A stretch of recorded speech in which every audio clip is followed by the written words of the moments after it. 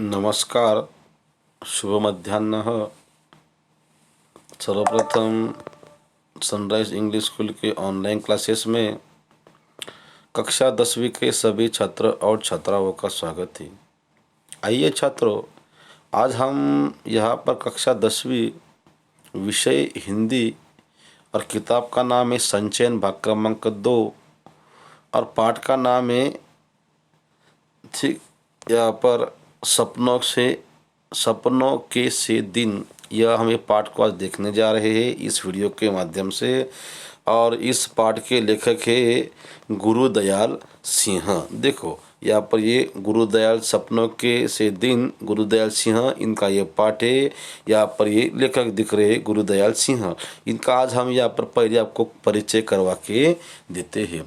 देखो गुरुदयाल सिंह का जो छात्रों कार्यकाल है वह है 1933 से लेकर 2016 तक। उनके बारे में हम उनका परिचय आपको करवा के देते हैं। ध्यान दीजिए छात्रों। देखो पंजाब के जैतो कस्बे में 10 जनवरी 1933 को एक साधारण दस्तकार परिवार में जन्मे गुरुदयाल सिंह ने बचपन में किलो हथौड़े से काम लेते हुए शिक्षा पूरी की और कलम पकड़ी। 1954 से 1970 तक स्कूल में अध्यापक रहे। पहली कहानी 1957 में पंचदरिया पत्रिका में प्रकाशित हुई और जब कॉलेज में प्राध्यापक हुए तो अपने ही उपन्यास पढ़ाने का मौका मिला। अंततः यूनिवर्सिटी में प्रोफेसर के पद से अवकाश ग्रहण किया। देखो छात्रों, अभी हम यहाँ पर गुरुदयाल सिंह के बारे में हम यहाँ पर चर्चा कर रहे हैं। देखो छात्रों ध्यान दीजिए। अभी गुरुदयाल सिंह के बारे में यहाँ पर बता रहे हैं कि उनका कार्यकाल कहाँ से कहाँ तक है। तो देखो 1933 से लेकर 2016 तक उनके कार्यकाल के बारे में यहाँ पर चर्चा हुई है। जो 1933 को उनका जन्म हुआ है और 2016 को उनकी मृत्यु हुई है। अब उनका परिचय आपको करवा के देते हैं। ध्यान दीजिए। पंजाब के जैतो कस्बे एरिया में 10 जनवरी 1933 को एक साधारण दस्तकार परिवार में जन्मे गुरुदयाल सिंह ने, देखो छात्रों, बचपन में ही कील यानी कि जिसको मराठी में बोलते हैं खीड़े, हथौड़े से काम लेते हुए शिक्षा पूरी की और कलम पकड़ी। कलम यानी कि हाथ में वो पेन पकड़ा। देखो 1954 से लेकर 1970 तक स्कूल में वो अध्यापक रहे और पहली कहानी 1957 में पंचदरिया पत्रिका में उनकी प्रकाशित भी हुई। और आगे देखो जब कॉलेज में प्राध्यापक हुए तो उन्होंने अपने ही उपन्यास पढ़ाने का उनको मौका मिल गया। अंततः यानी कि आखिरी में यूनिवर्सिटी में प्रोफेसर के पद पर अवकाश ग्रहण किया। अब इस हम पेज का गद्यांश दूसरा देखने जा रहे हैं। देखो ध्यान दीजिए। गुरुदयाल सेठ ग्रामीण परिवेश और भावबोध के लेखक के रूप में जाने माने जाते हैं। बड़े ही सहज रूप से वे अपने पात्रों का चयन खेतीहर मजदूरों, जो खेत में काम करने वाले मजदूरों, पिछड़े और दलित वर्ग के लोगों के बीच से करते हैं जो सदियों से अपने समाज की उस दूषित व्यवस्था के शिकार है। कौन? ये मजदूर, पिछड़े और दलित वर्ग, जो पीढ़ी दर पीढ़ी उनकी शारीरिक हड्डियों को ही नहीं गलाती रहती है और उनकी पूरी मानसिकता को दीनहीन और बेबस बनाए हुए है। आगे देखो पृष्ठ क्रमांक जो हम देख रहे गुरुदयाल सिंह का जो परिचय करवा के दे रहे उसका गद्यांश क्रमांक 3। यहाँ पर लेखक का परिचय दे रहे हैं कि पंजाबी भाषा में उल्लेखनीय योगदान के लिए उनको ज्ञानपीठ पुरस्कार से सम्मानित किया गया। और आगे बोल रहे हैं कि गुरुदयाल सिंह को अपने लेखन के लिए साहित्य अकादमी का पुरस्कार, शेवियत लैंड नेहरू सम्मान, पंजाब की साहित्य अकादमी सहित कई अन्य पुरस्कारों से सम्मानित होने का गौरव प्राप्त हुआ। आगे बोल रहे हैं कि उन्होंने बतौर लेखक कई देशों की यात्रा की है। अब इस पुस्तक का हम आखिरी का गद्यांश देखने जा रहे हैं। ध्यान दीजिए। बोलते कि उन्होंने यानी कि गुरुदयाल सिंह ने अब तक 9 उपन्यास, 10 कहानी संग्रह, एक नाटक, एक एकांकी संग्रह, बाल साहित्य की 10 पुस्तकें और विविध गद्य की 2 पुस्तकों की रचना की है। अब देखो, गुरुदयाल सिंह की प्रमुख कृतियाँ है मणि का दीवा, अत चांदनी रात, पांचवा प्रहर, सब देश पराया, सांझ सवेरे और आत्मकथा क्या जानूं मैं कौन। गुरुदयाल सिंह का निधन बोलते हैं 16 अगस्त 1916 को हुआ। ठीक है छात्रों, हमने यहाँ पर आपको परिचय करवा के दिया है। जो आज के हमारे पाठ के लेखक है गुरुदयाल सिंह। अब हम सीधे चलते हैं आज के पाठ की ओर। पाठ का नाम है सपनों के से दिन। सबको अच्छा करता हूँ कि सबको ये पाठ मिल गया होगा। और अब सीधे हम पाठ पर चलते हैं। सभी लोग ये पाठ का पन्ना निकालेंगे और पृष्ठ क्रमांक छात्र है हमारा 20 को एक बार पढ़ता हूँ मैं, ध्यान दीजिए।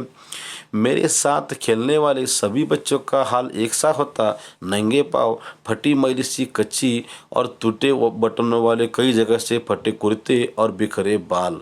देखो, जब लकड़ी के ढेर पर चढ़कर खेलते नीचे को भागते तो गिरकर कई तो जाने कहाँ कहाँ चोट खा लेते और पहले ही फटे पुराने कुर्ते तार तार हो जाते। धूले भरे कई जगह से छिले पाँव, पिछलियाँ या लहू के ऊपर जमी रेत मिट्टी से लथपथ घुटने लेकर जाते तो सभी की महाबाई ने उन पर तरस खाने की जगह और पिटाई करती। कईयों के बाप बड़े गुस्सैले थे, पिटने लगते तो यही ध्यान में न रखते कि छोटे बच्चे के नाक मुंह से लहू बहने लगाए या उससे कहा चोट लगी है। परंतु इतनी बुरी पिटाई होने पर भी दूसरे दिन फिर खेलने चले आते।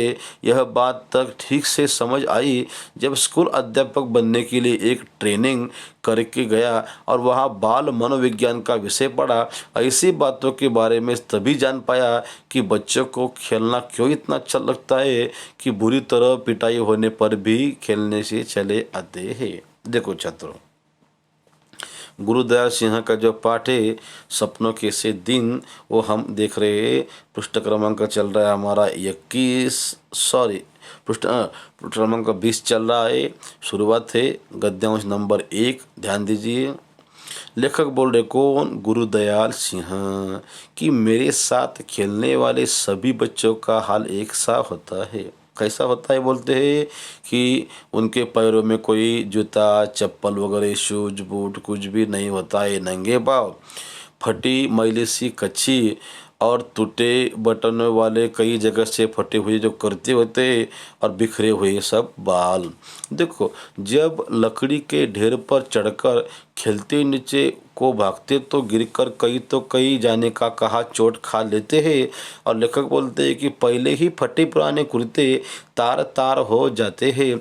आगे लेखक बोल रहे गुरुदयाल सिंह जी कि भूल भरे कई जगह से छिले पाँव, ठीक है, मुझे लगा हुआ पाँव, चोट आए हुए पाँव, पिंडलिया या लहू के ऊपर जमी रेत मिट्टी में लथपथ घुटने लेकर जाते तो सभी की माँ और उनकी बहनें उन पर तरस खाने की जगह और उनकी पिटाई करती। किनकी पिटाई करती? ये छोटे छोटे बच्चों की। कईयों के बाप बड़े गुस्सेल थे। लेखक उदाहरण दे रहे हैं छोटे छोटे बच्चों के। बोलते कई के बाप यानी कि पिताजी गुस्सेल यानी कि वो गुस्सा करने वाले थे, पिटने लगते तो यह ध्यान भी न रखते कि छोटे बच्चे के नाक मुंह से लहू बहने लगा है। देखो, लेखक बोल रहे हैं कि जो पिताजी होते थे जब अपने बच्चों की वो पिटाई करते थे, बच्चों को मारते थे, तो कभी कभी बोलते हैं कि वो छोटे छोटे बच्चों के नाक से और मुंह से खून बहने लगता था, अथवा उसके कहाँ चोट लगी है, अथवा उनको कहाँ चोट लगी है। परंतु इतनी बुरी पिटाई होने पर भी दूसरे दिन फिर खेलने चले आते। देखो, लेखक बोल रहे हैं कि उन छोटे बच्चों की अपने पिताजी के द्वारा इतनी पिटाई होने के बाद भी वह छोटे छोटे बच्चे फिर दूसरे दिन खेलने को आते। देखो, अब यहाँ पर वो कौन सा में बता रहे, यह बात तो तब ठीक से समझ आई।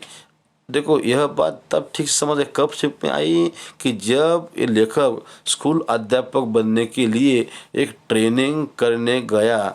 ट्रेनिंग यानी कि प्रशिक्षण करने के जब लेखक चले गए तो वहाँ उनको बाल मनोविज्ञान का विषय पढ़ाया गया। लेखक को यानी कि अपने गुरुदयाल सिंह को। तब ऐसी बातों के बारे में तभी जान पाया, कौन लेखक बोल रहे, गुरुदयाल सिंह, कि बच्चों को खेलना क्यों इतना अच्छा लगता है। कि देखो कैसे कि बुरी तरह पिटाई होने पर भी फिर बच्चे वह खेलने को यहाँ पर तैयार हो जाते हैं। ये बात लेखक को वो प्रशिक्षण के समय में समझ में आई। ठीक है छात्रों, समय को ध्यान में रखते हुए, मद्देनजर रखते हुए वीडियो की कुछ मर्यादा होती है। ठीक है, ज़्यादा पढ़ाने लगे तो उसकी ठीक है कैपेसिटी बढ़ जाती है। इसलिए हम आज यहाँ पर इस सपनों के से दिन इस पाठ के पहले भाग में यही रुकते हैं। आज का आपको होमवर्क मैं बता रहा हूँ, ठीक है, नीचे मैसेज कर रहा हूँ कि इस पाठ के जो लेखक है गुरुदयाल सिंह, उनका आपको परिचय इस पाठ के माध्यम से आज आपको लिखना है। ठीक है छात्रों, धन्यवाद, रुकते हैं।